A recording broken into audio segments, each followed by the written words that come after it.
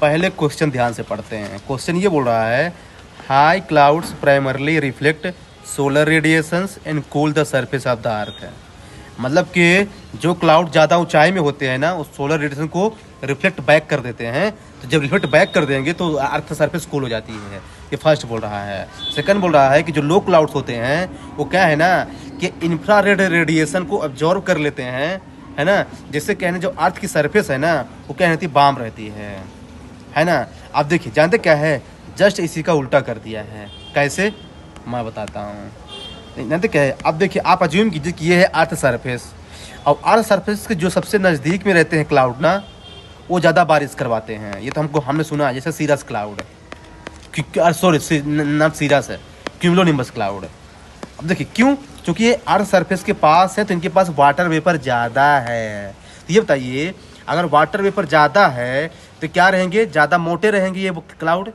तो ज़्यादा मोटे रहेंगे तो ये बताइए रिफ्लेक्ट बैक कौन करेगा, मोटे वाले करेंगे ना। तो यानी लो क्लाउड रिफ्लेक्ट बैक करेगा, हाई क्लाउड नहीं करेगा। क्योंकि हाई क्लाउड रेनफॉल कम करते हैं इंडिया में, जैसे सीरस क्लाउड वो हाई क्लाउड होते हैं तो रेनफॉल कम करते हैं। तो क्या है ना कि वो क्या होते हैं, पतले होते हैं हाई क्लाउड। जब हाई क्लाउड पतले होंगे तो उनको तो सन रेज जो है ना चीर करके अंदर आ जाएगी ना, रिफ्लेक्ट बैक कैसे करेगा। तो इसलिए जो है ना यहाँ पे हाई क्लाउड के स्थान पर लो क्लाउड होना चाहिए, तब ये स्टेटमेंट सही हो जाता है बेसिकली, कि वो जो है ना रिफ्लेक्ट बैक कर देते हैं बेसिकली, क्योंकि वो मोटे होते हैं। अब बात करते हैं इसकी।